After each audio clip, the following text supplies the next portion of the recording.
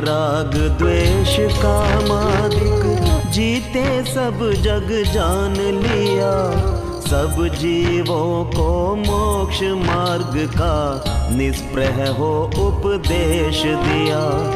बुद्ध वीर जिन हरिहर ब्रह्मा या उसको स्वाधीन कहो। भक्ति भाव से प्रेरित हो यह चित्त उसी में लीन रहो। सदा ऐसी भावना हो मन की भावना।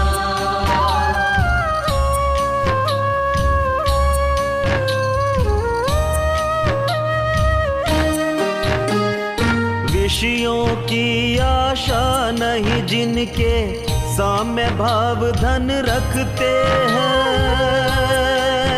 धन रखते हैं। निज पर के हित साधन में जो निश दिन तत्पर रहते हैं। जो रहते हैं। स्वार्थ त्याग की कठिन तपस्या बिना खेद जो करते हैं। ऐसे ज्ञानी साधु जगत के दुख समूह को हरते हैं।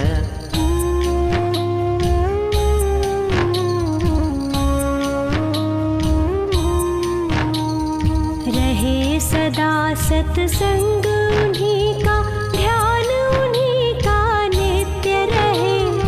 उन्हीं जैसी चर्या में यह चित्त सदा अनुरक्त रहे।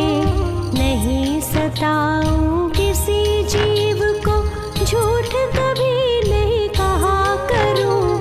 पर धन वनिता पर न लुभाऊं, संतोषामृत पिया करूं। रहे ऐसी भावना यही मेरी भावना।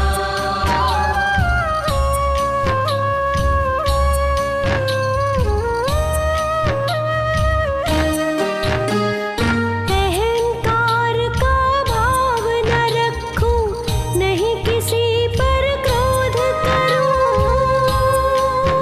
ना क्रोध करूं। देख दूसरों की बढ़ती को कभी न ईर्ष्या भाव धरूं। न ईर्ष्या भाव धरूं। रहे भावना ऐसी मेरी, सरल सत्य व्यवहार करूं। बने जहाँ तक इस जीवन में औरों का उपकार करूं।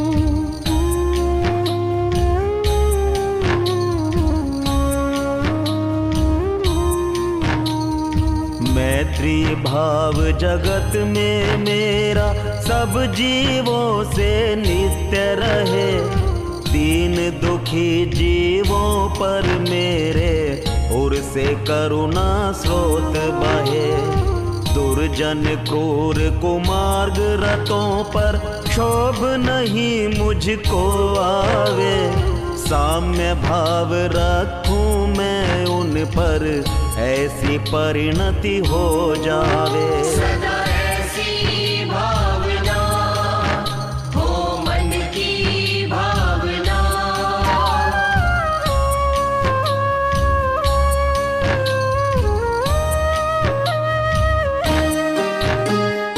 गुणी जनों को देख हृदय में मेरे प्रेम उमड़ आवे। प्रेम उमड़ आवे। बने जहाँ तक उनकी सेवा करके यह मन सुख पावे। मन सुख पावे। हो नहीं कृतज्ञ कभी मैं, द्रोह न मेरे उर आवे। गुण ग्रहण का भाव रहे नित, दृष्टि न दोषों पर जावे।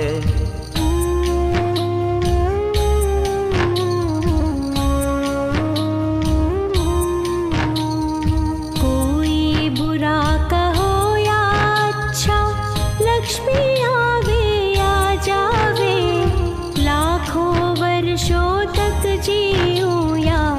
मृत्यु आज ही आ जावे, अथवा कोई कैसा ही भय या लालच देने आवे, तो भी न्याय मार्ग से मेरा कभी न पग डिगने पावे। ऐसी भावना यही मेरी भावना।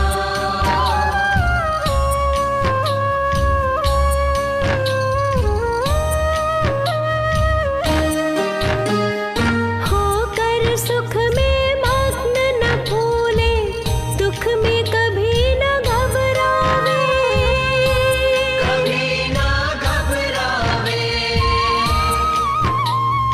पर्वत नदी शमशान भयानक, अटवी से नहीं भय खावे, कभी ना भय खावे। रहे अडोल अकंप निरंतर, यह मन दृढ़तर बन जावे, इष्ट वियोग अनिष्ट योग में सहनशीलता दिखलावे।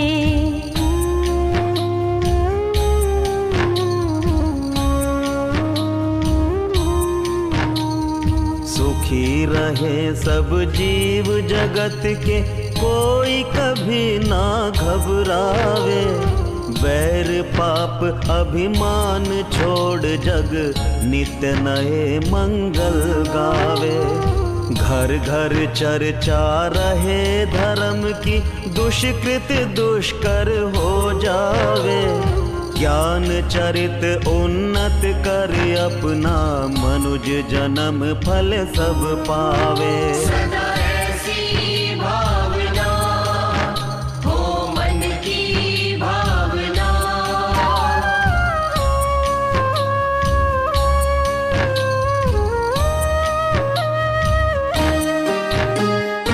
इति भीति व्यापे नहीं जग में, वृष्टि समय पर हुआ करे। समय पर हुआ करे। धर्मनिष्ठ होकर राजा भी, न्याय प्रजा का किया करे।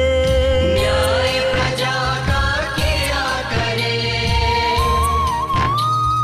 रोग मरी दुर्भिक्ष न फैले, प्रजा शांति से जिया करे। परम अहिंसा धर्म जगत में, फैल सर्वहित किया करे।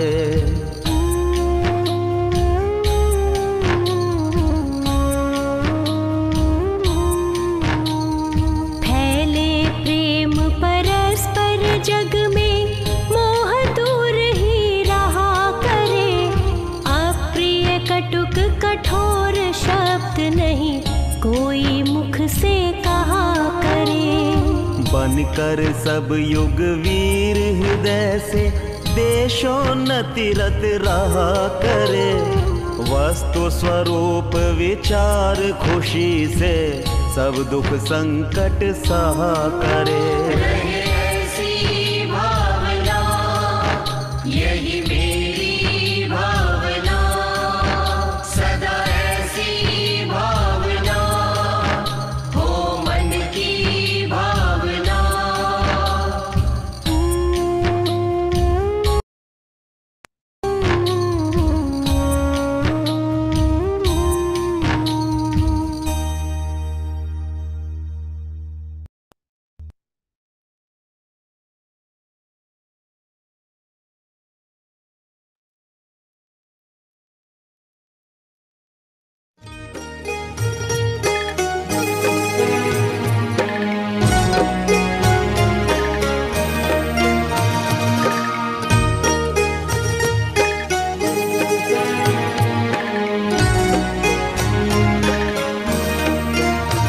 शब्दवाद नय षट द्रव्य गुण पर्याय और प्रमाण का जड़ कर्म चेतन बंध का अरु कर्म के अवसान का कह कर स्वरूप यथार्थ जग का जो किया उपकार है, उसके लिए जिन वाणी माँ को वंदना शत बार है।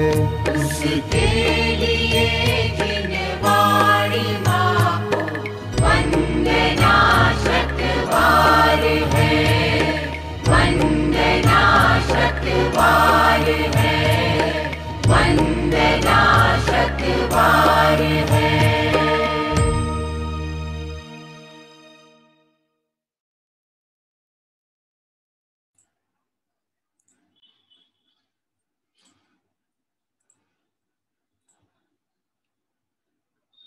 सभी साधर्मियों को जय जिनेन्द्र। आइए मंगलाचरण पूर्वक स्वाध्याय प्रारंभ करते हैं। नमो अरिहंताणं नमो सिद्धाणं नमो आयरीयाणं नमो वत्सायाणं नमो लोये सर्वसाहूणम् अरहंत सिद्ध सूरि उपाध्याय साधु सर्व अर्थ के प्रकाशी मांगलिक उपकारी हैं। तिनको स्वरूप जान रागते भई जो भक्ति, काय को नमाए स्तुति को उचारी हैं। धन्य धन्य तुम ही से काज सब आज भय, कर जोरी बार बार वंदना हमारी है। मंगल कल्याण सुख ऐसो हम चाहत हैं, हो मेरी ऐसी दशा जैसी तुम धारी है। मंगल कल्याण सुख ऐसो हम चाहत हैं, हो मेरी ऐसी दशा जैसी तुम धारी है।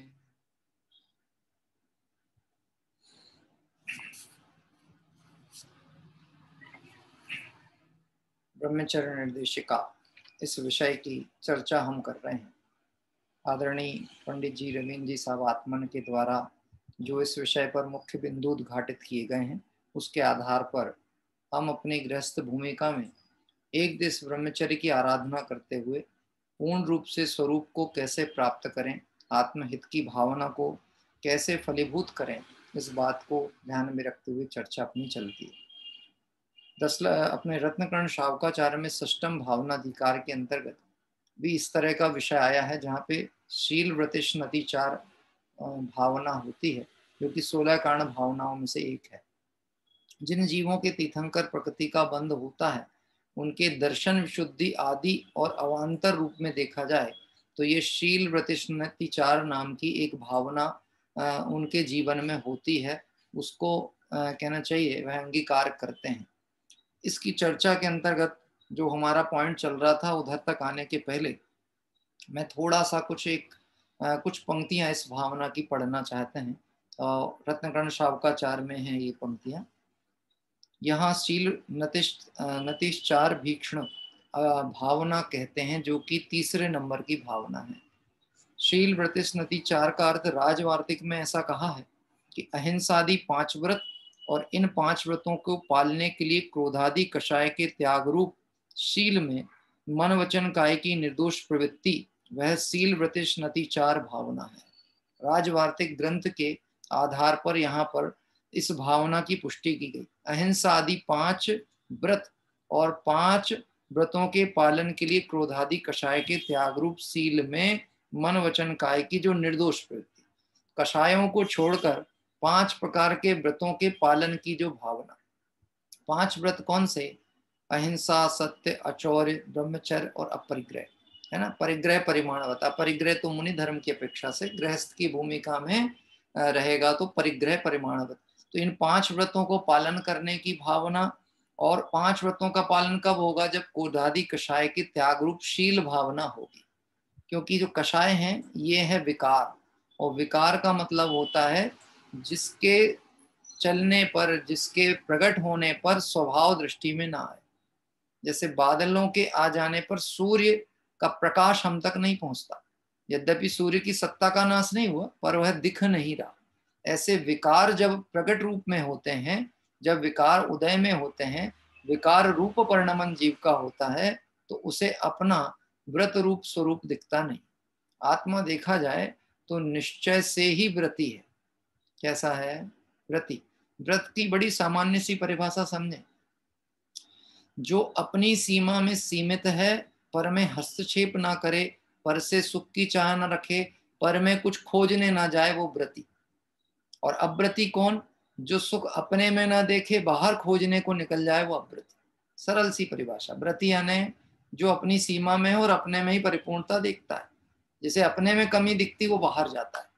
तो यहाँ पे कह रहे हैं कि ये जो कषाय हैं ये वास्तव में विकार हैं, और जब तक ये विकार होगा तब तक इस जीव के मन वचन काय की एकता होने वाली नहीं है। और जब तक एकता नहीं होगी तब तक सील भावना फलीभूत होती नहीं। आत्मा के स्वभाव का नाम सील है। आगे की पंक्ति में लिखा है, आत्मा के स्वभाव का नाम सील है। आत्म स्वभाव का घात करने वाले हिंसा आदि 5 पाप है। स्वभाव का घात कौन कर रहा है? हाँ, हिंसा आदि 5 पाप। अब घात कर रहा है ये किस अपेक्षा से? ये कर्म के उदय की व्यवस्था समझाने के लिए, परिणामों का ज्ञान कराने के लिए ऐसा कहा जाता है। जब जब जीव अपने स्वरूप को छोड़कर और बाह्य में हिंसा आदि पापों में उपयोग को लगाता है या परिणाम उसका जाता है तो आत्मा की हत्या होती, आत्मा का घात होता है। देखो पाप की परिभाषा क्या कही है पता है? पाप किसे कहते हैं? दुख का कारण बुरा कार्य ही पाप है। मैं तो बिल्कुल पाठशाला के भागों में से ही चर्चा लेना पसंद करता हूँ, वो बहुत सरल है, आसानी से समझ में आती। दुख का कारण बुरा कार्य ही पाप है। अब हम कह रहे हैं दुख का कारण बुरा कार्य पाप कहा, तो किसके दुख का कारण? किसके दुख का कारण? कि मेरे दुख का कारण। हिंसा में हमको लगता है हम किसी परजीव को दुख दे रहे हैं, हम पर को दुख नहीं दे रहे, उसका सुख दुख उसके उदयाधीन, होने वाला परिणाम के अनुसार मेरा सुख दुख तय होता है। क्या कह रहे हैं? ये जैन दर्शन ऐसा महान दर्शन है, यहाँ पर बैठे बैठे आदमी पुण्य भी बांध सकता है और बैठे बैठे पाप का भी बंद करता है। कर कुछ नहीं पाता बाहर से, परिणामों के अनुसार, अभिप्राय के अनुसार पुण्य पाप का खेल चलता है। तो जो 5 प्रकार के पाप हैं, यदि वह उस जीव को प्रिय है या उसके जीवन का अंग है या उस विकार को पोषण करते हुए वह अपने आप को आनंदित अनुभव करता है, तो निश्चित समझ लेना उसे स्वभाव की प्राप्ति होने वाली नहीं है। इस अपेक्षा से कहे कि हिंसा आदि पाप आत्म स्वभाव के घातक, क्योंकि आत्मा का परिचय जीव उस समय नहीं कर पाता। हिंसा, झूठ, चोरी, कुशील, परिग्रह। आप विचार करना, सील का प्रकरण चल रहा है। झूठ बोलते काल में, झूठ बोलना अलग बात है और झूठ श्रद्धान में बैठा रहना अलग बात है। जिसके श्रद्धान में ही असत्य है उसके कथन भी असत्य ही होते हैं। जिसको ऐसा लगता है झूठ बोलने से काम बन जाता है, उसको झूठ बोलना अपराध लगता ही नहीं है। क्या कह रहे हैं? झूठ बोलने से काम बनता है कि नहीं बनता? पहले तो हम अपने श्रद्धान की परीक्षा करें, बनता है कि नहीं बनता? कि कहने तो लगे, कदाचित बोलने तो लगते हैं कि झूठ बोलना गलत बात है। हाँ, ऐसा बच्चों को आपने सुना होगा, इस ढंग की बातें करते थे, हैं? झूठ बोलना पाप है और नदी किनारे सांप है। अच्छा, सुना आपने? ऐसा बोलते फिरते थे। मैं आपसे पूछता हूं, उनका ये जो कथन है ना, झूठ बोलना पाप है, ये श्रद्धा में है कि नहीं? श्रद्धा में नहीं है, सिर्फ सुना हुआ है और कहते आने लगा है, भाव वासना नहीं है। और भाव वासना नहीं है तो ये कथन कार्यकारी नहीं है। ऐसे झूठ बोलने से काम बन जाएगा, ये बात हमको तभी श्रद्धान में लगती है जब तक हमारे को सत्य श्रद्धान नहीं है। हमको ऐसा लगता है हाँ बनता तो है काम। क्या कह रहे हैं? काम बिगड़ जाए तो कह दिए झूठ, कोई वाक्य बोल दिया, कोई बात बता दी, बहाना बना दिया, साहब इसलिए नहीं हो पाया था काम।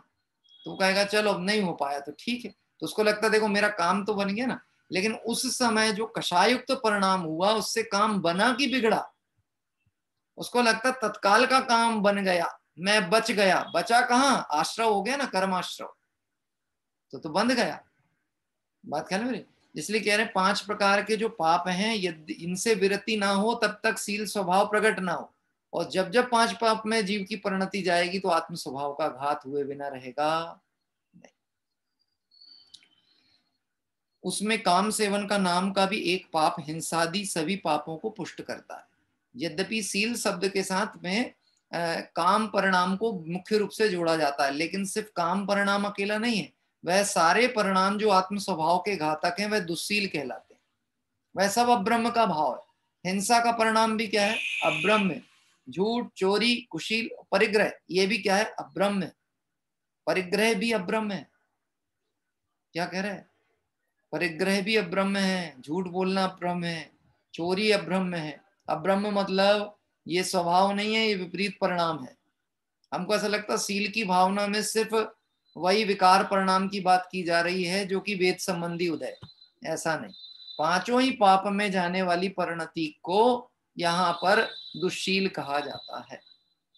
देखना आगे लिखा है, यहाँ सील दुर्गति के दुख को हरने वाला है। सील की महिमा में 2-4 पंक्ति लिखी, वो पढ़ के अपन अपने बिंदु पे आने वाले।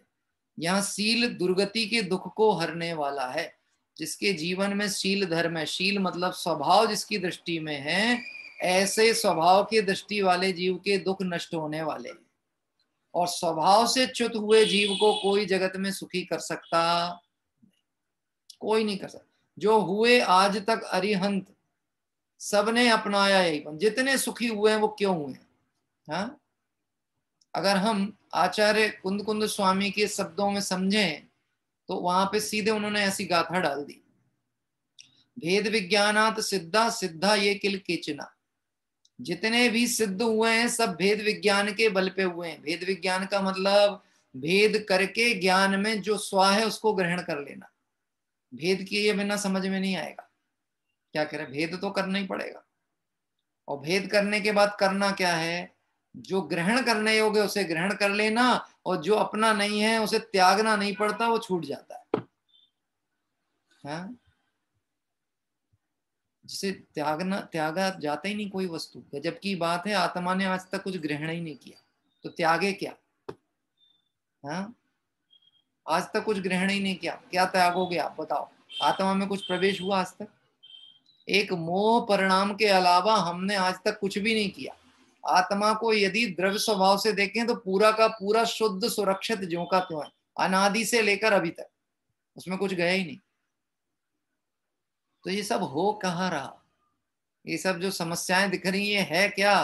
कि ये सब ऊपर ऊपर की है गड़बड़ी। बस गड़बड़ी सुधरी और बना बनाया काम सामने दिख जाएगा। हाँ? इतने भगवंतों के दर्शन करने जाते हैं ना तीर्थ क्षेत्रों पे, मंदिरों में, तो देखा भगवान बनते कैसे, भगवान बने कैसे। प्रतिमाओं को देखो, भगवान कैसे बने। जो हिस्सा भगवान का नहीं था वो हट गया तो भगवान जो थे वो स्वयं प्रकट हो गए। ऐसे ही है ना भाई, पाषाण के अंदर भगवान की मुद्रा तो सुरक्षित थी, हमें देखने की कला नहीं थी तो हम नहीं देख पाते थे। जिसकी कला थी वो कलाकार है, जो पाषाण में से भी भगवान को देख पा रहा है। अब उसको मैं आपसे कहता हूं, उसने पाषाण को देख के पहले ही निश्चित कर लिया ना इसमें इतने बड़े भगवान की मुद्रा छुपी हुई है, तो उसने क्या करना कि उसको ये करना है कि छेनी और हथौड़ी के द्वारा जो हिस्सा नहीं है उसको हटा देता है। तो जो बचता है वो कौन है? वो भगवान। अपने को क्या करना है? भेद विज्ञान की छेनी, जिन परम पैनी सुबुद्धि छेनी, डार अंतर भेदिया, वर्णादि अरु रागादि ते निज भाव को न्यारा किया। मैंने ये बात इसलिए ली है, व्यवहार धर्म चर्चा सुनने में तो सरल भी लगती है और अंगीकार करने में कठिन लगती है। सुनने में सरल है, जैसे जो पॉइंट हम पढ़ रहे हैं ना, अच्छा ये चर्चा है ब्रह्मचर्य की, लेकिन कहेंगे अंगीकार करने की बात आएगी तो कठिन है। कहाँ चादर, तकिया, कपड़ा, वस्त्र, कितनी गंभीरता, पानी ऐसे छानो, कितनी बार। सुनने में तो सरल, समझ तो आती साहब क्या बोल रहे हैं। अंगीकार हो रही कि नहीं हो रही?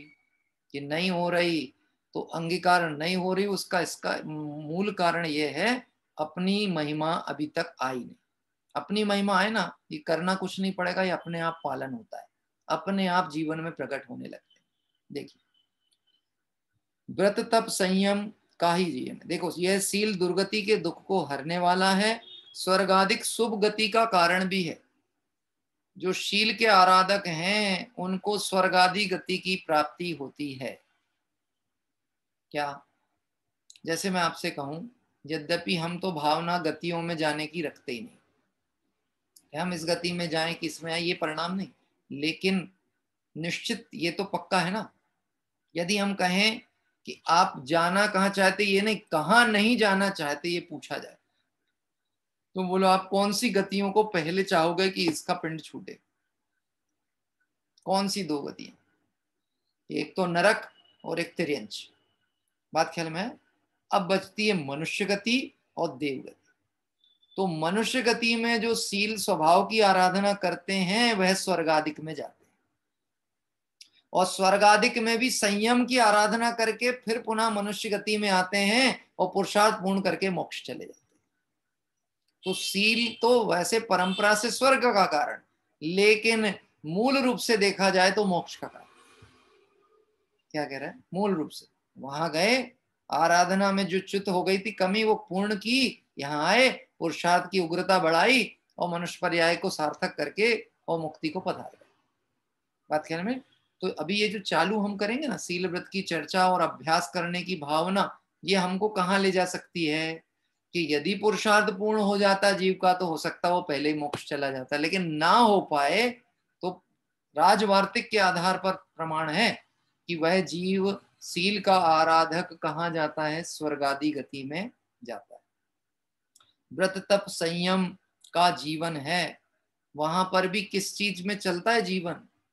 क्यों?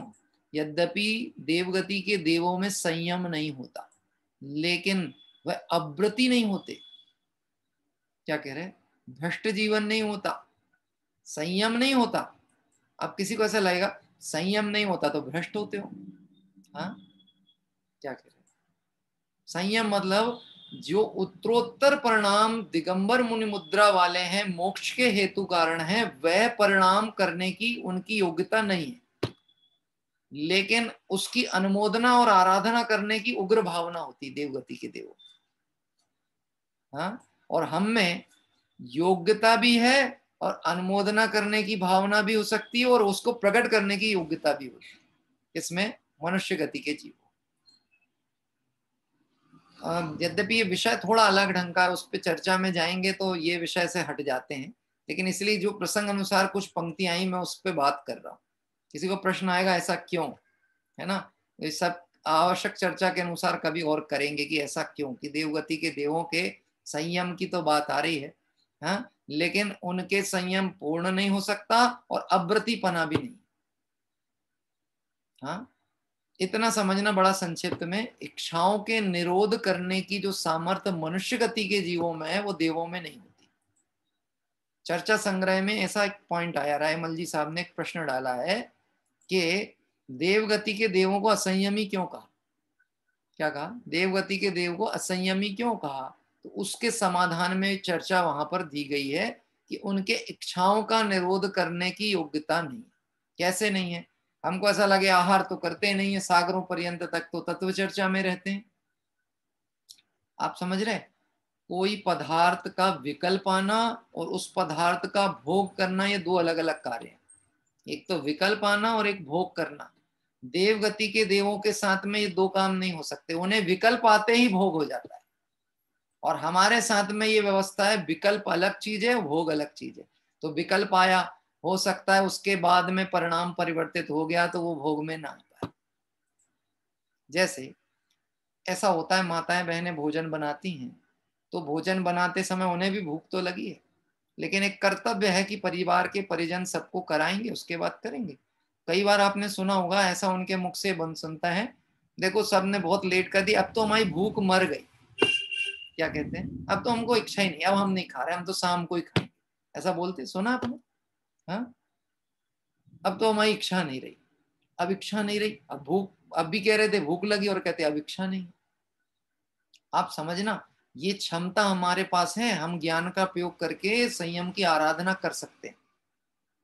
ये पदार्थ अच्छा है, ये एक विकल्प, और इस पदार्थ को ज्ञान के द्वारा जाना कि ये मेरे लिए हितकर है कि अहितकर है, ऐसा जानते ही ज्ञान ने कहा अरे ये तो पर है, इसमें मेरा क्या, तो ये छोड़ने में आ गया। देवों के साथ ये व्यवस्था नहीं है। देवों के विकल्प हुआ, भले 22 सागरों पर्यंतों की आयु में एक बार विकल्प आया, भूख का विकल्प आया, और वो उनको कोई व्यवस्था तो करनी नहीं है, सब रेडी है, फट से मुंह से अमृत गिर गया, तो उनके संयम कैसे हो सके? अपने तो व्रत तप सब हो सकते हैं, क्योंकि हम बुद्धि पूर्वक वो कार्य करने की सामर्थ्य और योग्यता वाले। क्यों साहब? देवगतियों जैसा देव काम हो जाए अपना, अच्छा है कि बुरा? हाँ, कमाना ना पड़े और अपने आप नोट ही नोट आए। क्यों साहब? दुकान बंद रहे और तिजोरी भरती जाए, अच्छा होगा कि बुरा होगा? बोलो आप क्या चाहते हो? जैन दर्शन इतना अच्छा दर्शन है, श्रमण मार्ग वालों को श्रम से कभी नहीं घबराना चाहिए। लोग ऐसा बोलते हैं, पंडित जी आपको भी तो बहुत काम रहते होंगे। क्या कह रहे हैं? काम रहते होंगे, कैसे करते होगे आप काम? पहले तो एक बात ये समझ लो, जिस चीज में रस और रुचि होती है वहां थकान नहीं होती, और जहां अरुचि होती है वहां प्रमाद ही प्रमाद होता है। क्या कह रहा है? जहां रुचि होगी वहां थकान नहीं, और जहां पे अरुचि होगी वहां प्रमाद आए बिना रहता। बच्चे को यदि पढ़ाई में इंटरेस्ट नहीं है तो बस्ता उठाने बोलो, पुस्तक उठाने बोलो और उसके नाटक चालू। देखा आपने? ये तो सब घर घर की कहानी है ना, है? ये नींद आने लगी तो पेट दुखने लगा, तो सिर दुख रहा है, तो वो ऐसा है तो वैसा है। क्यों? रुचि नहीं है ना। अगर रुचि होगी तो उस अनुसार उसकी वीर्य सामर्थ्य योग्यता उस तरफ दौड़ लगाई। देखो यहाँ क्या कह रहे हैं, शील व्रत तप संयम का ही जीवन है। शील मतलब क्या? जहां व्रत तप और संयम ही जीवन कहलाते हैं। शील बिना तप करना, व्रत धारण करना, संयम पालना मृतक के शरीर के समान देखने मात्र का है, कार्यकारी नहीं। क्या कह रहे हैं आचार्य? कि शील के बिना यानी स्वरूप को जाने बिना तपस्या करना, स्वरूप को जाने बिना व्रत अंगीकार करना, 12 प्रकार के व्रत पालना, लेकिन आत्मा की दृष्टि नहीं है, और संयम भी पालन करना, प्राणी संयम और इंद्रिय संयम पालन करना, ये सब होना ऐसा है जैसे मृतक के शरीर को देखना। मृतक शरीर का श्रृंगार किया जाए, बोलो शोभा पाएगा कि नहीं? अतुल भाई, हैं? डेड बॉडी को कितना सजा दें कि वो जीवंत दिखने लगे, कि उसको देख के उत्साह आ जाए? नहीं हो सकता ना। ऐसे ही आत्म स्वभाव की दृष्टि के बिना ये व्रत तप आदि सब निरर्थक हैं। तो सबसे पहले प्रारंभ में सबसे पहले दृष्टि कहाँ पे जानी चाहिए? अपने स्वरूप पे। अपने स्वरूप पे दृष्टि आए तो ये सब सार्थक की श्रेणी में आने लगे। हाँ, कई बार लोगों को ऐसा लगता है आप लोग व्रत तप की चर्चा क्यों नहीं करते हैं, चरणानियों की चर्चा को गौण क्यों करते हो, द्रव्यानियों को आत्मा ही आत्मा की बात करते हो। अभी तो सुमेल है ना अपना, है कि अपन व्यवहार धर्म के हिसाब से तीर्थ वंदना पूजन भक्ति ये भी कर रहे, सुबह शुद्धात्मा की चर्चा आचार्य अमृतचंद स्वामी के अनुसार कर रहे, और शाम को चरणानियोग कर रहे। हाँ, भोजन भी तो ऐसा ही होना चाहिए जिसमें व्यंजन बहुत सारे, तब तो रुचिकर लगे। और ये तो निश्चय व्यवहार का सुमेल है, यहाँ पे एक को पकड़ोगे दूसरे को छोड़ोगे तो गड़बड़ी होने वाली। दोनों की धारा एक सी चलनी चाहिए, लेकिन स्वरूप के लक्ष्य बिना किया गया कोई भी कार्य कार्यकारी और फल का सिद्धि करने वाला नहीं है। फल सिद्धि तो नहीं होगी पर उल्टा फल जरूर मिल सकता है। क्या कह रहे हैं? देखो, मंद कषाय के फल में जीव मिथ्यात्व सहित देवगति भी जाते हैं। कोई ये जैनों का कहना चाहिए रजिस्ट्रेशन हो कि ठिकाना हो कि जैन ही भर जाएंगे देवगति, ऐसा नहीं है। मन अन्य मति भी मंद कषाई हो तो वह देवादि गति का बंद कर ले और देवगति चला जाए, लेकिन गया मिथ्यात्व सहित तो वहां पे भी कैसा रहा? मिथ्या दृष्टि। तो संसार को घटाएगा कि बढ़ाएगा? तो शुरुआत कहां से करनी है? स्वभाव को लक्ष्य में लेने से। वो काम इस पर्याय में हो सकता है कि नहीं? सम्यक दर्शन हो सकता है कि नहीं? बस यही तो सब प्रेरणा करने के लिए इतनी चर्चा चलती है। देखिए, शील रहित का तप व्रत संयम धर्म की निंदा कराने वाला है, उसकी लोक में अपवाद होता है। जिसके शील की महिमा ना हो, ब्रह्मचर्य अंगीकार कर ले और स्त्री संसर्ग में रहे, विषयों की रुचि वाला हो। हाँ, कहूं कई बार ऐसा होता है, लोगों की चर्चाएं सुनने में आती हैं कि साहब किसी किसी को हमने देखा, भले 2 टाइम खाते हैं पर बहुत जबरदस्त है, उनकी डाइट बहुत है। क्या सुना आपने? हैं, डाइट बहुत है सर, 2 टाइम भले खाएंगे पर जम के खाते हैं। हाँ, अब मैं आपसे बता रहा हूं, देखो क्या कह रहे, शील रहित व्रत तप संयम निंदा का कारण है। स्वरूप की दृष्टि वाले का बाह्य जीवन बहुत आदर्शात्मक और प्रमाणिक होता है। दिगंबर मुनिराज के गृहस्थ तो चाहता है कि मेरा सर्वस्व इनके पास पहुंच जाए, चाहेगा कि और आहार हो जाए, और दे दूं और दे दूं, पर मुनिराज तो सीमित लेते हैं, अपनी मर्यादा से लेते हैं। तुम्हारा रखा है उससे हमें कोई मतलब नहीं, कितना है वो उससे कोई लेना देना नहीं, हमें जितना आवश्यक है हम उससे एक ग्रास अधिक नहीं लेंगे। क्या कह रहा है? तो कितनी महिमा आती है। देखो, जो चीज सहजता से उपलब्ध होती है ना, उसकी कीमत नहीं आती, और जिसके लिए व्यक्ति को परिश्रम करना पड़ता है वो बहुत कीमती लगता है। तो यहाँ पे कह रहे हैं, सील रहित का त्रपवत संयम धर्म की निंदा कराने वाला है। ये बात यद्यपि शोभास्पद नहीं है, समाज में होनी भी नहीं चाहिए, किसी को करनी भी नहीं चाहिए, लेकिन जो अंगीकार कर रहा है उसे सावधानी रखनी चाहिए। कैसी? एक मैं बात कहता हूं, उस पर विचार करना। कोई ब्रह्मचारी का वेश अंगीकार किया है, बड़े पंडित साहब इसमें एक कोटेशन लिखने वाले हैं, स्वावलंबी होना ब्रह्मचारी मतलब समाज आश्रित नहीं होना। यद्यपि समाज अपना कर्तव्य निर्वहन कर सकती है, पर उसका स्वावलंबन स्वयं का होना चाहिए। ऐसा नहीं कि सामाजिक व्यवस्था के नाम पर उन्होंने बोला साहब आपको क्या प्राथमिक आवश्यकताएं, क्या लगता है, तो पता लगा लिस्ट इतनी बड़ी बता दी कि जो गृहस्थ के लिए अशक्य हो जाए। लोग ऐसा भी कह देते हैं आजकल भैया व्रती त्यागियों का आहार सरल नहीं है। क्या कह रहे हैं? सरल नहीं है। अब उसमें दो बातें हो सकती हैं इस दृष्टिकोण से कि खुद का जीवन अभी कहना चाहिए प्रमाद वाला है, मर्यादा वाला नहीं, इस दृष्टि से भी सरल नहीं लगता कि कठिन है भैया, इतनी व्यवस्था कौन करे। दूसरा, खर्च बहुत होता है? खर्च बहुत होता है। मैं आपको सच बात बता रहा हूँ, जो बातें सुनने मिलती हैं, जो लोगों की चर्चाएं वार्ताएं चलती है, क्या कह रहे हैं, सील स्वभाव के व्रत तप आदि सब निरर्थक हैं या निंदा के कारण बनते हैं। यदि स्वरूप लक्ष्य होगा, उसका जीवन ऐसा होगा कि जो दूसरे को तकलीफ का कारण नहीं बने। देखो, एक बात कहते हैं, आपने कोई नियम अंगीकार किया है, उसकी बहुत बहुत अनुमोदना, लेकिन उसकी व्यवस्था का बोझ किसी के माथे पे नहीं डालना। क्या कह रहे हैं? अपने पंडित जी है ना, रज्जन भैया, वो कहीं भी जाते हैं, वो सोले का तेल खाते थे, ठीक है, और शक्कर, तो वो अपने साथ लेकर के जाते हैं, उतनी मात्रा जितनी उनको जितने दिन के लिए चाहिए, वो व्यवस्था अपनी लेके आते हैं। हाँ, यदि आपका ऐसा कोई नियम अंगीकार है, तो वो व्यवस्था के लिए समाज दुखी हो, परेशान हो, दौड़ भाग करे नहीं, उसे परिचय कराना, उसे सिखाना, लेकिन उसके ऊपर बोझ ना बन जाए समस्या, इसका ध्यान रखना। हाँ, नहीं तो पता लगा अपन तो सुबह से उठ करके सामायिक पूजा, प्रक्षाल, स्वाध्याय, चिंतन मनन सब कर रहे हैं, और समाज के लोग हैं तो दूध लेने यहाँ से वहां ढूंढ रहे हैं, बोले साहब तुरंत का दूध लाना है, अभी अधपेला घी लाना है।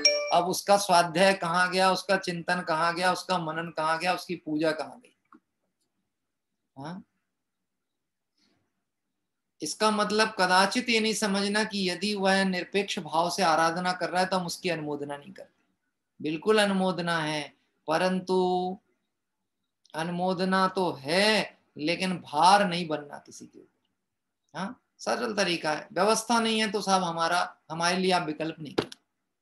मैं तो एक सामान्य गृहस्थ की भूमिका में हूं, तो मैं फिर भी, जैसे कई बार ऐसा होता है जब मैं कहीं 10 दिन के लिए दशलक्षण में हूँ, मुझे लगता है कि कल इन्होंने भोजन के लिए मुझे बुलाया, और मुझे उनके परिवार का यदि उस दिन प्रवचन में माताएं बहनें या घर का कोई सदस्य नहीं दिखा, परिचय हो जाता है ना, बातचीत होती, परिचय, तो वो नहीं दिखे और हम घर गए, तो हमने बोला कि क्या हो गया था, आप आज दिखे नहीं मंदिर में। अरे नहीं नहीं, कुछ नहीं कुछ नहीं। मैंने कहा देखो, यदि मेरे निमित्त से आपने, कि इनका भोजन बनाने में बहुत व्यंजन बनाने पड़े हैं, और उस निमित्त से आपने पूजा छोड़ी, आपने स्वाध्याय छोड़ा, तो वो भोजन मेरे कोई काम का नहीं। हम सादा भोजन कर लेंगे, हमें व्यंजनों की बिल्कुल जरूरत नहीं, लेकिन आप ये काम नहीं छोड़ो। बात ख्याल में आती? यहाँ ऐसा कह रहे हैं, स्वरूप की महिमा आएगी तो इस विषय पे व्यक्ति की जागृति और उत्साह वर्तन करेगा, इसमें कोई खेद खिन्नता होने वाली नहीं। हाँ, सरलता, सहजता, ये स्वाभाविक लक्षण होते हैं। देखिए, ऐसा जानकर सील धर्म के अंग का पालन करो, चंचल मन रूपी पक्षी का दमन करो, ये सब बात कह रहे हैं। क्या कह रहे हैं? ऐसा जानकर, मतलब शील धर्म की महिमा को जान करके शील धर्म के अंग का पालन करो। जो व्याख्या यहाँ की गई उसका पालन करने का अभ्यास करो। और क्या करो?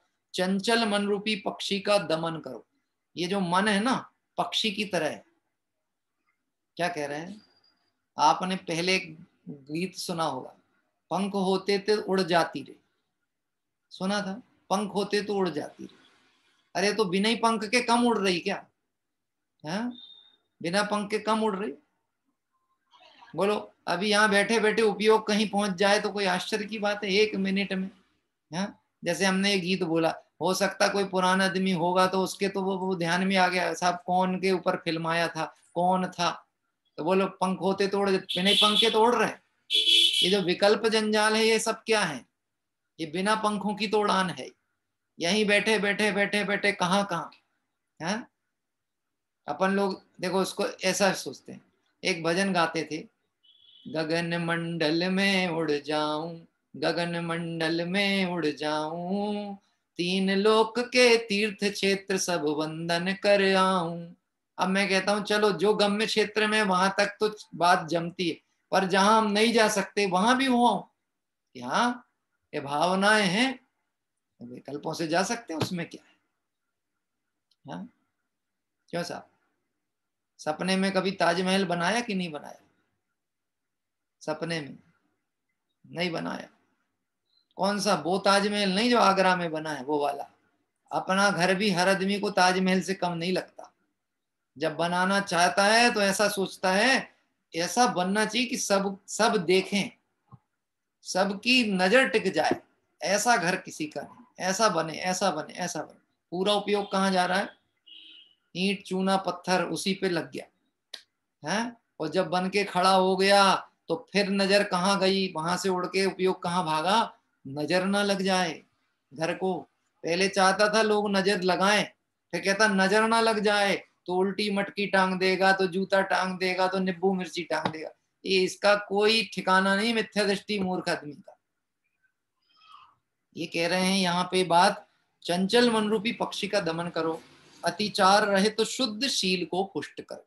जो मर्यादा बताई है उसे पालन करने का अभ्यास अपने जीवन में लाएं, ऐसी प्रेरणा देती हुई। आइए अपने पॉइंट पे आते हैं। आज थोड़ा मन में विचार आया कि शील भावना आचार्यों की वाणी से सुनते हुए आगे बढ़े। पर नहीं तो क्या होता है, व्यवहार चर्चा जो होती है ना, वो कई बार प्रमाद उत्पन्न करने लगती है। क्या प्रमाद? क्योंकि लगता है मेरी भूमिका क्या है, ये बात तो ठीक है, जो कही है सो तो ठीक है, जिनवाणी में लिखी तो गलत थोड़ी ना होगी। अभी हमारी क्या अवस्था है, हमारे जीवन में तो हो नहीं सकता, सुन भी लेंगे तो क्या कर लेंगे। ऐसा अनुत्साह भाव अंदर आने लगता है। इसलिए महिमा कहाँ से लाए? इसकी कीमत लाओ। इसकी कीमत लाओगे तो ये सब बातें सरल हैं, कहीं कोई कठिनाई नहीं। और इसकी कीमत नहीं आ रही आत्मा की, तो ये सब चीजें सुन करके भी अरुचि हो रही है, कठिनाई हो रही, पालन करने में तकलीफ होती है। देखिए कल जो पॉइंट अपना चल रहा था 105 नंबर का, अत्यंत कीमती भोगो भोग की वस्तुएं जैसे विशिष्ट रूम हीटर, एसी, फ्रिज आदि के व्यसनी ना बने। असक्य दशाओं को छोड़कर कभी प्रयोग ना करें। असक्य शब्द डाला गया है कमजोरी की भूमिका वालों के लिए, परंतु राजमार्ग में इनका निषेध ही है। देखो एक ईमानदारी से बात कहें, फ्रीज में रखा हुए भोजन को अभक्ष्य में ही गिना जाता है। फ्रीज का भोजन अभक्ष्य में, क्योंकि वो मर्यादा का उल्लंघन हो चुका होता है उसमें। आप यदि देखेंगे तो भोजन की मर्यादा निश्चित काल की कही गई है, हर चीज की, चाहे वो आपके मसाले हो, चाहे वो द्रव्य पदार्थ हो, चाहे वो दाल हो, सब्जी हो, अनाज हो, व्यंजन हो, आटा हो, सबकी मर्यादा उल्लिखित है जिनवाणी में, कि कितने समय तक किस ऋतु में कितना उपयोग करना। और ये जो फ्रीज आदि की व्यवस्था आई, इसमें प्रमाद और असमर्थता बढ़ती चली गई। सुबह का बचा हुआ क्या कह रहे हैं कि भैया फ्रीज में रख दो तो शाम को काम आ जाएगा, ऐसे ही होता है। और मालूम है विदेशी कल्चर कैसा है, उनको ताजा खाने कभी मिलता ही नहीं। विदेशी लोग, उनकी जीवन शैली ही बासा खाने की, इसलिए सोच भी उनकी कैसी रहती है? बासी भोजन जैसा वैसा परिणाम। मैं आपसे एक बात कहता हूं, आटा सुबह गूंथा रोटी बनाने के लिए, तो पहले ही इतना तय रखना था कि कितनी लगनी है। लेकिन कभी ऐसा हो जाए कि बच जाए तो बोलो उसको फ्रिज में रख सकते कि नहीं, क्योंकि उसमें जल पड़ गया ना, पानी, अब उसकी मर्यादा पानी के साथ में चलेगी। क्या पानी के साथ रह गया, उस आटे को रख के अपन शाम तक उसका प्रयोग नहीं कर सकते। गृहस्थ की भूमिका की बात हो रही, मुनियों के लिए नहीं कह रहे, व्रती त्यागियों के लिए नहीं कह रहे। वहां तो नमक होगा तो जैसे ही नमक को पीसा, सेंधा नमक, अंतर्मुहूर्त की मर्यादा है, उसके बाद वो क्या कहते हैं, अभक्ष श्रेणी में जाने लगता है। तो क्या कह रहे हैं, ऐसे पदार्थों के व्यसनी ना बने। कोई अशक्य मजबूरी में होता हो थोड़ा उपयोग तो अलग बात है, नहीं तो इसके व्यसनी नहीं बन जाए, नहीं तो प्रमादचर्या में ही जीवन चला जाएगा, कभी जागृति नहीं आएगी, उत्साह नहीं आएगा। देखो मैं आपको कहता हूं, शुद्ध मर्यादित भोजन बनाने का भाव कौन सा भाव है? पाप भाव है कि पुण्य भाव? नीलेश जी, अशुभ भाव है शुभ भाव? शुद्ध भोजन बनाने का भाव, जिसमें जीव हिंसा ना हो, जिसमें मर्यादा में रहें, ये जो परिणाम है ये शुभ भाव है। कौन सा भाव? शुभ भाव। अरे अभी तू अशुभ में ही लगा हुआ है, शुभ में आना नहीं चाहता, शुभ में आया नहीं है, शुद्ध में कैसे जाएगा? हाँ, देखो एक बात है, जब व्यवस्थाएं घर में बहुत होंगी ना तो प्रमाद भी होगा और कषाय भी होगी। दो लोग लड़ रहे हो तो तरीका क्या है कषाय मिटाने का? कोई बता सकता? लड़ाई खत्म करने का तरीका क्या है? अतुल भाई क्या तरीका है बताओ? दो लोगों की लड़ाई को खत्म करने का तरीका क्या है? कि सबसे पहला काम तो उनको अलग अलग कर दो, हैं? सबसे पहला काम अलग अलग कर दो, और अलग ही नहीं कर दो, उनसे कहो तुम अपने घर जाओ, तुम अपने घर जाओ। हाँ, और दिमाग यहाँ नहीं लगाओ, अपना अपना काम करो।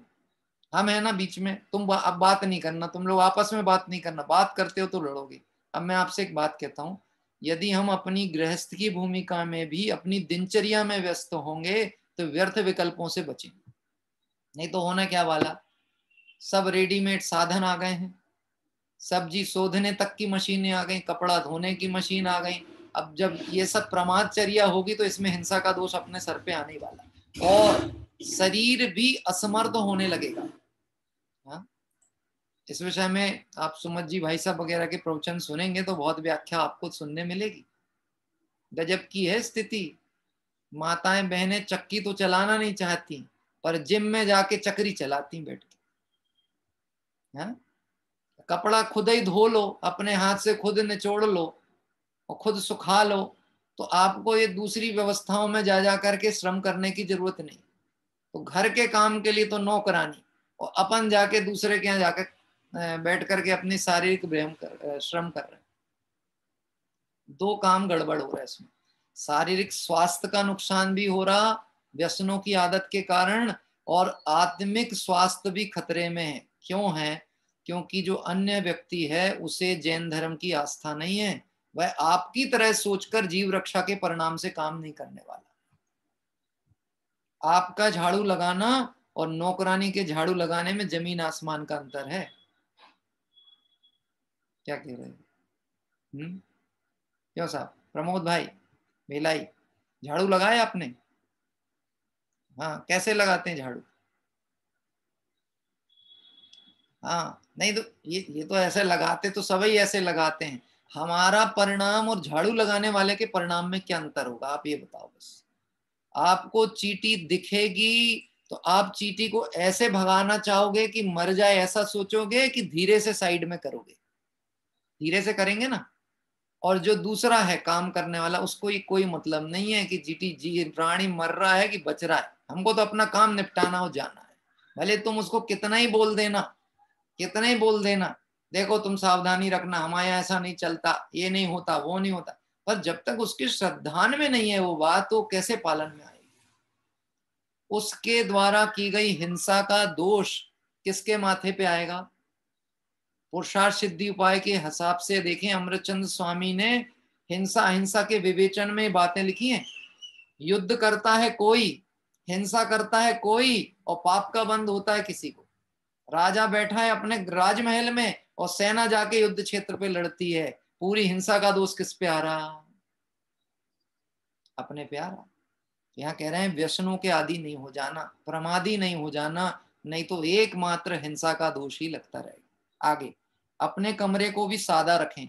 मन श्रृंगारिक मनोविकार की सामग्री, खिलौने, झाड़, फानूस, चित्र विचित्र प्रकार की विद्युत सज्जा, विद्युत साधनों का प्रयोग, कालीने, सनमाइका, रंग बिरंगे टाइल्स आदि के प्रयोग से बचें। क्या कह रहे हैं? देखो, सीधी सी बात है, सीधा साधा सरल जीवन होगा तो अपने विकल्प जाल कम से कम हो। हाँ, विकल्प जाल कम से कम हो। और अगर जितना आपका विलासितापूर्ण जीवन होगा उतना विकल्प जंजाल। महंगे चीजें लगाएंगे तो महंगी चीजों का मेंटेनेंस भी महंगा, उसके साथ संभाल करने वाले लोग भी सहज उपलब्ध नहीं। आपको सुन के आश्चर्य होगा, कोई ऐसा एक अपना भाई था जैनी, एक बार हमारे घर पे आए, बोले यार वो थोड़ा पानी है क्या, मिल जाएगा, फिल्टर्ड पानी। फिल्टर्ड, मैंने कहा हमारे पास तो फिल्टर्ड मतलब जो नॉर्मल प्रक्रिया का फिल्टर्ड है वही है। हाँ, अरे वो हमारे एक्वागार्ड खराब हो गया, तो अब वो हम ये वाला पानी नहीं पी सकते, कौन सा जो है, यानी या तो बोरिंग का दे दो तुम्हारे घर का, ऐसा वाला हम वो नहीं पी सकते। अब मैंने कहा बात तो अच्छी है कि नहीं पी सकते, लेकिन क्यों नहीं पी सकते? वो पानी जो सामान्य जल है उसको छान के क्यों नहीं पी सकते? नहीं नहीं नहीं, वो हमारे शरीर आते ऐसी कमजोर हैं, वो हमको पचता ही नहीं है पानी। अब आप समझ सकते हो एक व्यसन के आदि जीवों की स्थिति कितनी विचित्र है। पचता ही नहीं पानी, यही चाहिए, ऐसा ही चाहिए, वैसा ही चाहिए। मगर हमारे पास तो एक्वागार्ड है ही नहीं। हाँ, नहीं नहीं, वो फिर भी आपका बोरिंग वगैरह का तो ठीक ही होगा ना पानी, ऐसा मांगे। अब आप विचार करके देखना, इतने आदी हो जाना किसी व्यवस्था के कि हम उसके बिना अपने जीवन को नहीं चल पाएगा, उसके बिना कल्पना नहीं हो पाएगी, तो ये बहुत विचित्र स्थिति है। और कम से कम धर्म और अध्यात्म को जानने वालों को तो ये शब्द नहीं बोलना चाहिए, मेरा बिस्लरी के बिना नहीं चलता। हाँ? मुझे बिस्लरी नहीं चलती ये बोले तो शोभा देता है। क्या कहें? मुझे बिस्लरी नहीं चलती ये बोले तो शोभा देगा, पर मुझे बिस्लरी के बिना नहीं चलता ये बात कैसे शोभा दे सकती है? अभी तो सम्यक दर्शन की पात्रता प्रकट नहीं हुई, तो सम्यक दर्शन होगा कैसे? हाँ, बात ख्याल में आती? क्यों साहब, ज्यादा अच्छी बात कौन सी लगती है, ये वाली कि वो वाली जो सुबह होती, वो वाली? कौन सी बात ज्यादा अच्छी है? कि सब वीतरागी भगवंतों की वाणी है, उसको एक सा विनय परिणाम के साथ अपना हित जानकर सुनना, और अपना हित जान के सुनना नहीं, अंगीकार भी करना। सुनने से काम नहीं होने वाला, चर्चा से काम नहीं होने वाला, चर्या में अंगीकार करना ही चाहिए। देखिए, ऐसे विद्युत सज्जा, विद्युत साधनों का प्रयोग, ऐसे चित्र, श्रृंगारिक मनोविकार सामग्री का घर में प्रयोग ना करें जिसको देख के भोग विलासिता का परिणाम आता हो। हाँ, वास्तव में आप विचार करके देखो, जब कोई आता है ना अपने घर में, तो हम उसको परिचय क्या कराना चाहते हैं, क्या दिखाना चाहते हैं? एक एक परिणाम का विचार तो करें। बाथरूम बनाई अपनी घर की, तो कौन सी वाली असेंबली लगाना, कौन सी कंपनी की असेंबली सबसे अच्छी होती है, इंपोर्टेड वाली कौन सी बढ़िया रहती है? क्यों साहब? आजकल मैंने देखा है ऐसी कमोड भी आ गई है सेंसर सिस्टम वाली, सेंसर सिस्टम वाली कमोड। कमोड समझ रहे हैं आप? कमोड सेंसर, रिमोट से खुलता है ढक्कन, रिमोट से उसमें पानी आता है। ये जीव इतना प्रमादी हो जाए जिसका ठिकाना नहीं, जिसका कोई मतलब आर पार नहीं, उसकी कल्पना तो देखो, और उसमें उसकी महिमा समझ में आती है। हाँ? जब मकान बना रहे थे ना तब गए देखने, कैसा वाला चाहिए आपको, कैसा चाहिए, कैसा चाहिए, ये देखो, ये 18,000, ये 25,000, ये 35,000, ये 20,000। मगर कोई है 500-700 वाला कि जिसका त्याग करना है, उसके लिए इतना विकल्प क्यों करते हो? कि बोले साहब ये क्या है, मिली है चीजें तो भोगो ना। अरे मिला है भाग्य से तत्व ज्ञान, उसको भोगो ना। इसको तो छोड़ के बैठा है, और जो विषय भोग है उसे भोगना चाहता है। मरी ने ढोर थसे।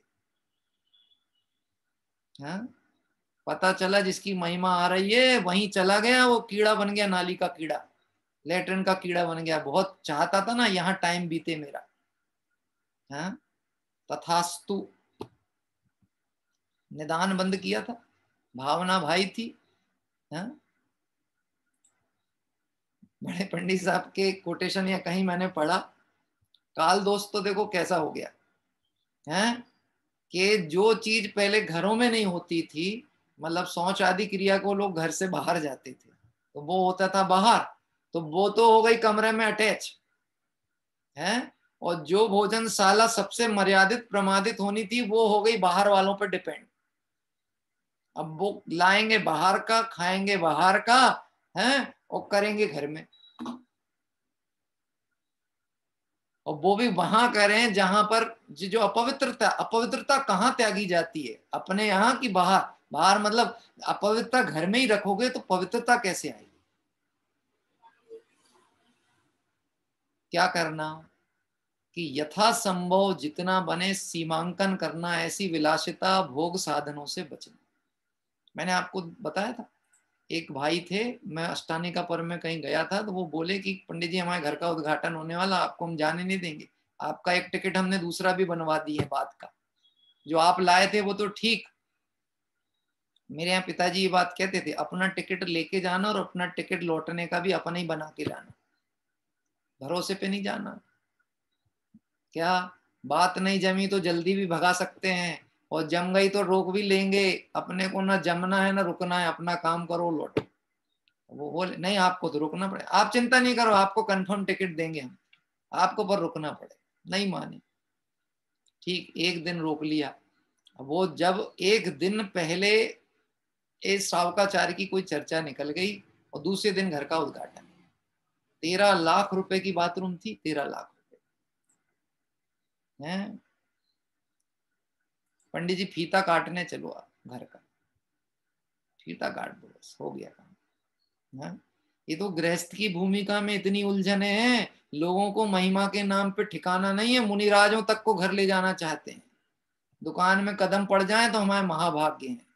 इनको ना मुनि धर्म का ज्ञान है ना गृहस्थ धर्म का ज्ञान है। जिन्होंने मुनि धर्म अंगीकार किया, सर्व परिग्रह से रहित इस विकल्प जाल को छोड़ा, उन्हें तुम्हारे इस विषय परिणाम से कोई लेना देना नहीं है। अरे जो मुनिराज मंदिर बनाने की प्रेरणा नहीं देते, वो तुम्हें घर बनाने के लिए आशीर्वाद देंगे क्या है? और दे दें तो क्या फिर वह श्रमण परंपरा है, मूल आमनाएं है? नहीं। अपनी बात चल रही है। किसकी बात? अपनी। अपना सुधार समाज की सबसे बड़ी सेवा। अपना सुधार, अपना सुधार समाज की सबसे बड़ी सेवा। समाज की सेवा करने वाले समाज का कितना उत्थान करेंगे ये नहीं मालूम, पर अपना जो उत्थान करेगा उससे समाज का कभी पतन होने वाला नहीं। देखिए, एक तखत, दो शुद्ध चटाइयां। अब जो ब्रह्मचर्य के आराधक हैं उनकी व्यवस्थाओं के अंतर्गत कुछ पॉइंट हैं, सरल पॉइंट हैं, पढ़ लेते हैं। एक तखत, दो शुद्ध चटाइयां, चौकी, पाटा आदि एक अतिरिक्त भी साथ में रखें, जिससे कोई अन्य त्यागी साधर्मी का भी यथायोग्य वात्सल हो सके। आज ऐसा होता है, अपने घर में किसी को बैठाल के भोजन कराना हो तो अपने घर में पाटा ना हो, ऐसी स्थिति भी होती, क्योंकि ये सब पहले चलता था, आजकल है नहीं, सब डाइनिंग टेबल की जमाना है। पाटा नहीं है तो ढूंढे समाज में किसके यहाँ मिलेगा पटा, तो बोले काय के लिए कि वो ब्रह्मचारी जी को भोजन कराना, चटाई के लिए पाटा। तो कम से कम इतनी व्यवस्था तो अपने घर में हो, कभी अपन भी बैठ करके अष्टमी चौदस व्रत आदि अंगीकार करें तो वैसे मर्यादा से बैठ के करें। हाँ, और एक दो अतिरिक्त भी रखें कि कभी दो जन आ जाएं तो उनको बैठालने की भी व्यवस्था हो। कल्पना बहन है ना ब्रह्मचारी, कल्पना में, जहां तक मुझे ऐसा मालूम है, जिसके घर में कारपेट बिछाओ तो नहीं आती वो, उनके घर कारपेट बिछाओ वो उस पर चलती नहीं, क्योंकि कारपेट में सूक्ष्म जीव राशि रहती है जमीन में नीचे, अब ऊपर से तो दिखे ना, और चले तो मरण हो उनका, वो नहीं आती। और भी ऐसे मैंने देखा जो इस चीज का नियमों का पालन करते हैं, निश्चित ही अच्छा परिणाम है, अनुमोदना करने योग्य। तो ऐसी व्यवस्था साथ में अपने घर में रखें। आगे, क्वचित कदाचित धार्मिक कार्यक्रमों को छोड़कर, क्या लिखा है? क्वचित यानी कभी कदाचित किसी परिस्थिति में धार्मिक कार्यक्रमों को छोड़कर वीडियो, टीवी, सिनेमा, संगीत सम्मेलन, नाटक आदि ना देखें, ना अश्लील जासूसी उपन्यास आदि पढ़े। ब्रह्मचर्य की भावना वाले को प्रेरित किया जा रहा। टीवी आदि देखने से बचें, क्योंकि ये विकार की उत्पत्ति के कारण बनते हैं। और आज ये वर्तमान परिवेश में जो एंड्रॉयड मोबाइल हैं, इससे खतरनाक वस्तु कोई दूसरी नहीं। हाँ, मालूम है, मोबाइल ने इंसान को अंगूठा छाप बना दिया, पढ़ा लिखा अंगूठा छाप। नहीं समझ में आया? सबसे ज्यादा प्रयोग काय का होता है मोबाइल में? हाँ? एक मैंने पहले कहानी सुनी थी, अंगुलमार। अंगुलमार, अंगुलमार मतलब वो उंगलियां ले लेता था लोगों की। ये इसका काम भी क्या होता है एंड्रॉइड मोबाइल में? दिन भर उंगली यहाँ वहां, यहाँ वहां, यहाँ वहां, इसके में उंगली, उसके में उंगली, इधर का उठाए उधर भेजे, इसको उठाए उधर डाले। हाँ, कोई प्रयोजन नहीं जिस काम में, उसमें उपयोग को कितना भ्रमाता है। कुछ कुछ लोगों का सोशल मीडिया में कितना समय जाता होगा उसकी कल्पना नहीं, कितना टाइम जाता होगा। इसलिए यथासंभव जो चीज परिणाम और विकार के कारण बने उनसे बचना। तो लिखा है कदाचित क्वचित धार्मिक कार्यक्रमों को छोड़कर, क्योंकि वर्तमान परिवेश में अब संसाधन वैसे हैं, तो उसमें यदि कोई के विकल्प भी हो तो धार्मिक कार्यक्रम आदि छोड़कर अन्य चर्चाओं से बचना। हाँ, स्वाध्याय करने टाइम नहीं, जिनवाणी उठाने टाइम नहीं, और टीवी के कार्यक्रम पूरे देखे। आंखों से दिखे नहीं तो ईयरफोन लगा के बैठे, ना आए कान से सुनाई ना दे तो ईयरफोन लगाए, आंखों से दिखे तो टीवी के पास पहुंच जाए। हाँ? क्या समझ में आती हो, क्या उसमें रस आता है, परंतु क्या करे, रुचि जहां जीव की जैसी पड़ी है वैसा उसका जीवन चलता है। ये प्रेरणा दी है, जो परिणाम की विकृति का कारण है उन चीजों से बचें। आइए अभी आज चर्चा को यहीं विराम लेंगे, क्योंकि हमें थोड़ा 12 भावना का पाठ करना है। और जिनवाणी स्थिति आज कोई ले लीजिएगा, क्योंकि जो बहन को आज लेने को सुबह कहा था वो थोड़ा सा प्रवास पे हैं, ऐसा मुझे सूचना आई। उनको कहीं लौटना पड़ा तो वो ऑन द वे हैं, तो उन्होंने बोला मैं आगे लेना चाहूँगी। कोई बात नहीं, आज हमें वैसे भी आज अपना अष्टमी का दिवस है, तो हमें एक पाठ पढ़ने का भाव था। तो आइए हम सभी यहाँ से पाठ करेंगे, और बाद में जिनवाणी स्थिति किसी को लेना है तो वो मुझे बता दें, तो मैं उन्हें आमंत्रित करूंगा जिनवाणी स्तुति के लिए। प्रवीण जी लेंगे? ठीक है, प्रवीण जी साहब आप ले लीजिएगा। आइए हम सभी अभी पहले यहाँ पर पाठ प्रारंभ करते हैं। आज हम वैराग्य भावना पढ़ रहे हैं, वज्रनाभि चक्रवर्ती की वैराग्य भावना। यद्यपि हो सकता है ये आपके पास यदि हो जिनेंद्र रचना पुरानी वाली जो जयपुर से प्रकाशित हुई थी, उसमें ये वज्रनाभि चक्रवर्ती जो हुए हैं उनकी 12 भावना है, और नहीं है तो आप बहुत ध्यान से सुनते हुए उसका विचार चिंतन करें। बीज राग फल भोग वे, जो किसान जग मां, त्यों चक्री नप सुख करे, धर्म विसारे नाम, धर्म विसारे नाम। एह विधि राज करे नर नायक, भोगे पुण्य विशाल, सुख सागर में रमत निरंतर, जात न जान्यो काल। एक दिवस शुभ कर्म संयोगे, क्षेमंकर मुनि वंदे, देखे श्री गुरु के पद पंकज, लोचन अली आनंदे। तीन प्रदक्षिण दे सिर नायो, कर पूजा थुति कीनी, साधु समीप विनय कर बैठ्यो, चरणन में दिठी दीनी। गुरु उपदेशो धर्म शिरोमणि, सुन राजा वैरागे, राज रमा वनिता दिक जे, रस ते रस बेरस लागे। मुनि सूरज कथनी किरणावली, लगत भरम बुद्धि भागी, भवतन भोगो स्वरूप विचार्यो, परम धर्म अनुरागी। इस संसार महावन भीतर भ्रमते छोर न आवे, जामन मरण जरा दब दाहे, जीव महा दुख पावे। कबहू जाए नरक तिथि भुंजे, छेदन भेदन भारी। कबहू पशु पर जाए धरे तह, बद बंधन भयकारी। सुरगति में पर संपत्ति देखे, राग उदय दुख होई। मानुष योनि अनेक विपत्ति में, सर्व सुखी नहीं कोई। कोई इष्ट वियोगी बिलखे, कोई अनिष्ट संयोगी। कोई दीन दरिद्री विबुचे, कोई तन के रोगी। किस ही घर कलिहारी नारी, कै बैरी सम भाई। किस ही के दुख बाहिर दिखे, किस ही उर्दु चिताई। कोई पुत्र बिना नित झूरे, होई मरे तब रोवे। खोटी संतति सो दुख उपजे, क्यों प्राणी सुख सोवे। पुण्य उदय जिनके तिनके भी, नाही सदा सुख साता। यह जगवास जथारथ देखे, सब ही है दुख दाता। जो संसार विषय सुख होता, तीर्थंकर क्यों त्यागे। काहे को शिव साधन करते, संयम सो अनुरागे। देह अपावन अथिर घिनावन, या में सार न कोई। सागर के जल सो सुचि कीजे, तो भी शुद्ध न होई। सप्त को धातु भरी मल मूरत, चाम लपेटी सोहे।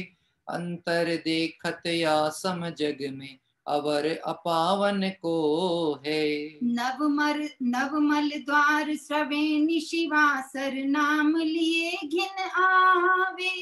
व्याधि उपाधि अनेक जहाँ तह, कौन सुधी सुख पावे। पोसत तो दुख दोष करें अति, शोषत सुख उपजावे।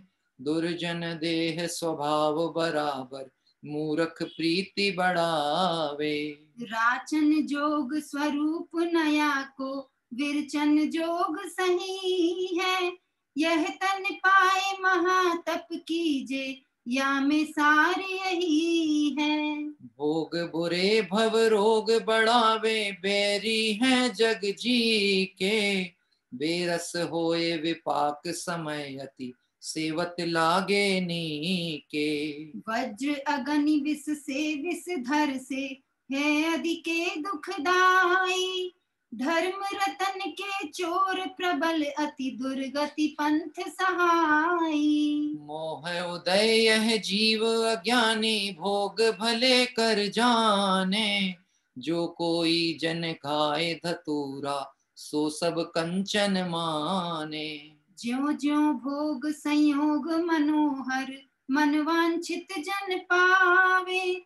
तृष्णा नागिन त्यों त्यों डंके, लहर जहर की आवे। मैं चक्री पद पाए निरंतर, भोगे भोग कनेरे। तो भी तनिक भय नहीं पूरन, भोग मनोरथ मेरे। राज समाज महा अघ कारण, बैर बढ़ावन हारा। वेश्या सम लक्ष्मी अति चंचल, या का कौन पत्यारा। ओ मोह महारिपु बैर विचार्यो, जग जिय संकट डारे। तन काराग्रह वनिता बेड़ी, परिजन जन रखवारे। सम्यक दर्शन ज्ञान चरण तप, ये जी के हितकारी। ये ही सारे असारे और सब, यह चक्री चितधारी। छोड़े 14 रत्न नवो निधि, अरु छोड़े संग साथी। कोटि 18 घोड़े छोड़े, 84 लख हाथी। इत्यादिक संपत्ति बहु तेरी, जीर्ण तृणवत त्यागी। नीति विचार नियोगी सुत को राज्य दियो बड़ भागी। होए निशल्य अनेक नृपति संग भूषण वसन उतारे श्री गुरु चरण धरी जिन मुद्रा पंच महाव्रत धारे। धनी यह समझ सुबुद्धि जगोत्तम धनी यह धीरज धारी। ऐसी संपत्ति छोड़ बसे वन तिन पद धोक हमारी। ओ ऐसी संपत्ति छोड़ बसे वन तिन पद ढोक हमारी। परिग्रह पोट उतार कर लीनोच्चारित पन निज स्वभाव में थिर भये वज्रनाभि निर्ग्रंथ वज्रनाभि निर्ग्रंथ। इस तरह से वैराग्य पाठ के अंतर्गत हमने वज्रनाभि चक्रवर्ती का ये पाठ पढ़ा, 12 भावना वैराग्य पाठ पढ़ा। वास्तव में चक्रवर्ती पद पर रहते हुए घटना यहाँ से बताई गई थी। एक दिन कोई पुण्य संयोग से चक्रवर्ती पद पर दिगंबर मुनिराज क्षेमंकर मुनिराज के दर्शन प्राप्त किए और क्षेमंकर मुनिराज को देखकर उनके पद पंकजों के उनके चरण कमलों में बैठ गए। ऐसे बैठ गए और उनका मन ऐसा रम गया जैसे कमल भौरे के ऊपर गुंजाते हैं, ऐसा उनके मन लगा। और वहां दिगंबर मुनिराज ने जब उन्हें तत्वोपदेश दिया तो परिणामों में वैराग्य की धारा, उपशम रस की धारा बह उठी और उन्होंने वस्तु स्वरूप यानी संसार स्वरूप का विचार करना प्रारंभ किया। बहुत सारी चर्चा आई है इसमें। पूर्व भव के तीर्थंकरों का, जो पूर्व तीर्थंकर आदि जीव हुए हैं, उनकी बात की। जो संसार विशेष सुख होता तीर्थंकर क्यों ताजे। चक्रवर्ती क्या विचार कर रहा, तीर्थंकर ने क्यों त्यागा। अरे चक्रवर्ती के 6 खंड का वैभव तो अलग बात, परंतु तीर्थंकर नाम कर्म नाम की महाप्रकृति का पुण्योदय जिसको हो वह मोक्ष मार्ग में आत्मा आराधना में बढ़ते हैं, वह सारा वैभव छोड़ते हैं। तो हमारी क्या सामर्थ्य। और यदि सुख होता तो फिर तीर्थंकर क्यों छोड़ते, और यदि सुख नहीं है तो मैं कब तक पकड़े रखूं। ऐसा विचार करते हुए आगे बढ़ा और मन में संयम की आराधना की और आराधना करते हुए निर्गंत दीक्षा अंगीकार करके और मुक्ति श्री को प्राप्त हुए। जय बोले वज्रनाभि मुनिराज की जय हो। कभी प्रसंग आएगा तो इसकी चर्चा जब पढ़ते हैं ना कई चीजें, तो ऐसा लगता है इसके अर्थ पे विचार करो तो बहुत माल भरा पड़ा है। बहुत बहुत इनके प्रथमानियों के चरित्र चित्रण जो है जीवन, ये हमें तत्काल रूप से, जैसे एलोपैथिक दवाई होती है ना, तुरंत परिणामों में परिवर्तन लाता है तुरंत। जैसे एलोपैथिक का ये तरीका बताया गया, लेते से ही उसका इफेक्ट दिखना चालू होता है। यद्यपि वो इफेक्ट नहीं होता, वो रोग को मिटाती नहीं, दबाती है। क्या कह रहे हैं, लेकिन वैराग्य भावना विकार को मिटाती है और स्वभाव को जगाती है। तो ये जो चर्चाएं हैं अपने तत्व की और प्रथमानियोग पुरुषों की, हमें तत्वरत में ही मार्गदर्शन करेंगी। कहाँ रचो पर पद में न तेरो पद यहे क्यों दुख सहे, अब दौल हों सुखी स्वपद रच्ची दाव मत चूको। आइए भाव प्रतिक्रमण पाठ करेंगे। हे अरहंत प्रभु, मुझसे मन वचन काय द्वारा कृत कार्य अनुमोदना द्वारा समारंभ समारंभ आरंभ द्वारा क्रोध मान माया लोभ द्वारा प्रमाद इत्यादि विभावों द्वारा इस भाव में या पूर्व भाव में सच्चे देवशास्त्र गुरु की अभिनय हुई हो, व्रतों में अतिक्रम व्यतिक्रम अतिचार अनाचार दोष लगाया हो, एकेंद्रिय से लेकर पंचेंद्रिय तक किसी भी जीव की हिंसा हुई हो, विराधना हुई हो, दिन या रात में लगाए सर्व दोषों का पश्चाताप व्यक्त करता हूं, क्षमा मांगता हूं। वे मेरे सभी दोष मिथ्या हों, मैं मुझ में रहूं। इस प्रकार मैं इन सभी दोषों का प्रायश्चित करता हूं। ओम नमः सिद्धेभ्यः। आइए हम सभी जिनवाणी स्तुति के पाठ के लिए चलेंगे। कल प्रातः काल जो हमारी 152वीं मंगल तीर्थ वंदना। इस क्रम में हम सभी बढ़ रहे हैं। राजस्थान के लाड़नू क्षेत्र पर बूढ़ी चंदेरी के नाम से क्षेत्र पहचाना जाता है, लाड़नू, जहाँ पर 1200 वर्ष प्राचीन भूगर्भ से शांतिनाथ भगवान की मूल प्रतिमा और साथ ही साथ में वहां पर बहुत प्राचीन मंदिर पूरा का पूरा जमीन से उत्कीर्ण हुआ, उत्थापित हुआ है मंदिर जमीन के नीचे से। आज भी मंदिर भूमि तल से 11 फीट नीचे है, जो मुझे ऐतिहासिक तथ्य की जो भी जानकारियां प्राप्त हुई उस अनुसार, यानी जमीन से 11 फीट नीचे है और बाकी के जो शिखर आदि हैं या ऊपर की वेदियां हैं वो ऊपर है, पर मूल जो मंदिर है वो अभी भी नीचे की तरफ है। और 1200 वर्ष प्राचीन जो ये मंदिर है, साथ ही साथ में यहाँ पर अजितनाथ भगवान की भौरे आदि जो नीचे हैं मंदिरों में, उधर पे प्रतिमाएं विराजती हैं। और कल हम लगभग 5 मंदिरों के दर्शन एक साथ करेंगे जो कि लाड़नू के आसपास नगर क्षेत्रों के हैं। ऐसे लगभग मैंने और भी क्षेत्र खोजे, तो मुझे उस क्षेत्र की खोज में अभी उसी के आसपास में और मिल गए, लेकिन मैंने कहा कल 5 बहुत हैं, तो कल 5 क्षेत्रों के दर्शन अपन एक साथ करेंगे। किसी ने अभी आज मुझे फोन किया कि बोले पंडित जी आपको पता चला, ऐसा सुनने में आया है कि ये जो कोरोना है ना जी कम से कम 18 महीना चलेगा। मैं कहा नहीं, मुझे तो सुनने भी नहीं आया, मुझे सुनना भी नहीं है बात कि क्या करेंगे सुन के इस बात को कि कितने महीने चलेगा कि कितने नहीं में चलेगा। हमारा काम चले और हमारा काम बने, ये महत्वपूर्ण है। क्या कह रहे हैं, हमारा काम चले मतलब हमारी आराधना चले और हमारा कार्य सिद्ध हो जाए, ये महत्वपूर्ण है। ये व्यवस्थाओं का विकल्प करने का कोई औचित्य नहीं। क्या, क्योंकि ये तो व्यवस्थाएं हैं, इन व्यवस्थाओं के विकल्प करने से सिर्फ विकल्प होते हैं, है ना। इसलिए आइए हम तो अपनी मंगल आराधना कल प्रातः काल करेंगे लाड़नू क्षेत्र की। और वहां पर चूंकि शांतिनाथ और अजितनाथ भगवान भी हैं, 24 तीर्थंकर भगवान की भी प्रतिमाएं हैं, और नसिया जी है, मानस स्तंभ है, ऐसे बहुत सारे लगभग मैंने 6 मंदिरों का जो वहाँ का है उसका डाटा इकट्ठा भी किया है। कल प्रातः हम सभी हमारे बेसिक दादर ग्रुप परिवार कल आमंत्रण करता है। हमारे वहाँ के जो विजय भाई हैं मुख्य, और बेसिक दादर ग्रुप है, अभी उसकी सूचना व्हाट्सएप ग्रुप पे आप तक प्रेषित होगी। आइए हम सभी जिनवाणी स्तुति पाठ के लिए बढ़ते हैं। हमारे प्रवीण कुमार जी साहब।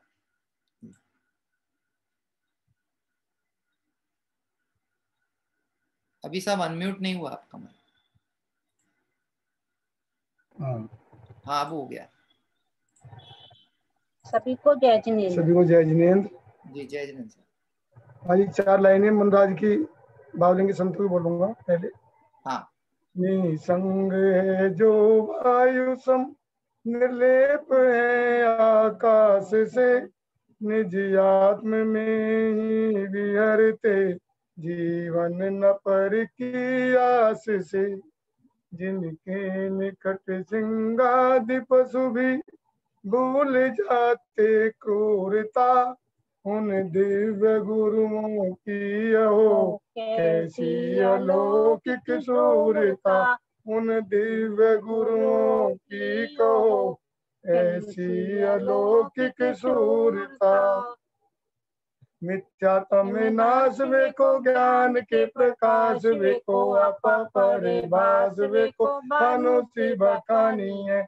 छो द्रव्य जान वे को बंद विद्वान वे, स्वपर पिछान वे को परम प्रमाणी है। अनुभव बताए वे को जीव के जताए वे को, कहूँ न सताए वे को भवे उरियानी है। जहाँ तहाँ तार वे को पार के उतार वे को, सुख विस्तार वे को यही जिनवाणी है। ये जिनवाणी भारती तो जपो दिन रहे, जो तेरी शरणा गए सो पावे सुख चैन। जावाणी के ज्ञान से सूझे लोकालो, सो वाणी मस्तक नमो सदा दे तुम दो। एक जिनवानी भारती तो बोले द्वादशांग जिनवाणी माता की जय।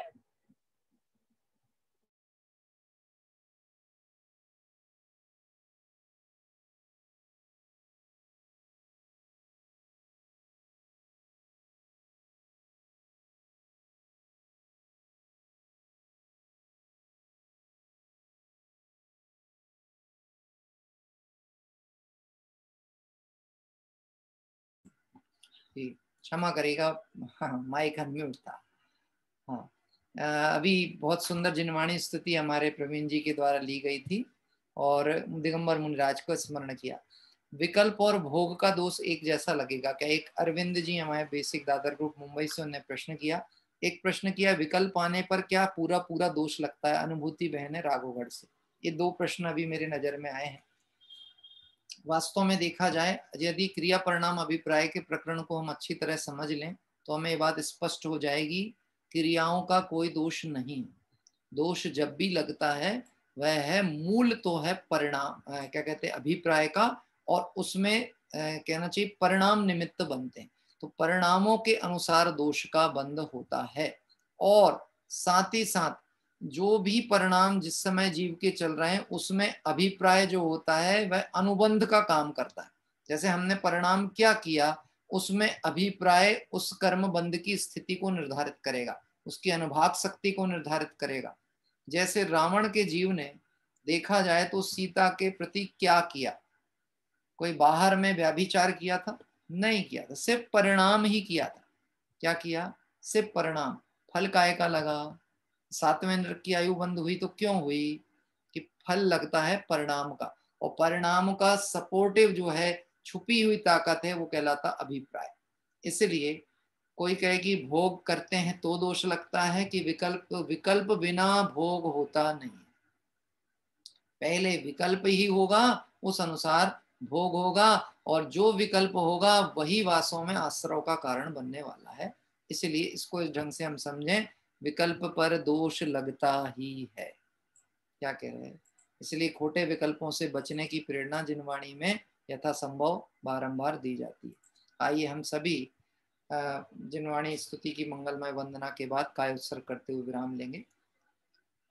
नमो अरिहंताणं नमो सिद्धाणं नमो आयर्याणं नमो वच्छायाणं नमो लोय सर्वसाहूणं नमो अरिहंताणं नमो सिद्धाणं नमो आयर्याणं नमो वच्छायाणं नमो लोय सर्वसाहूणं नमो अरिहंताणं नमो सिद्धाणं नमो आयर्याणं नमो वच्छायाणं नमो लोय सर्वसाहूणं।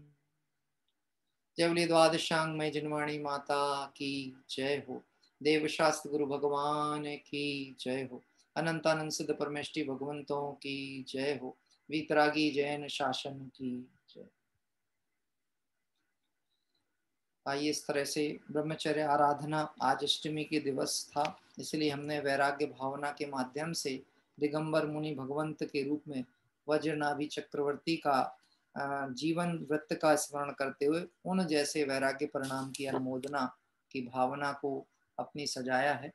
और निश्चित ही ये जो सील भावना है, यानी स्वभाव की प्राप्ति का जो लक्ष्य है, ये हम सभी का सफलीभूत होगा। इसी मंगल भावना से विराम लेते हैं। सभी साधर्मियों को जय जय।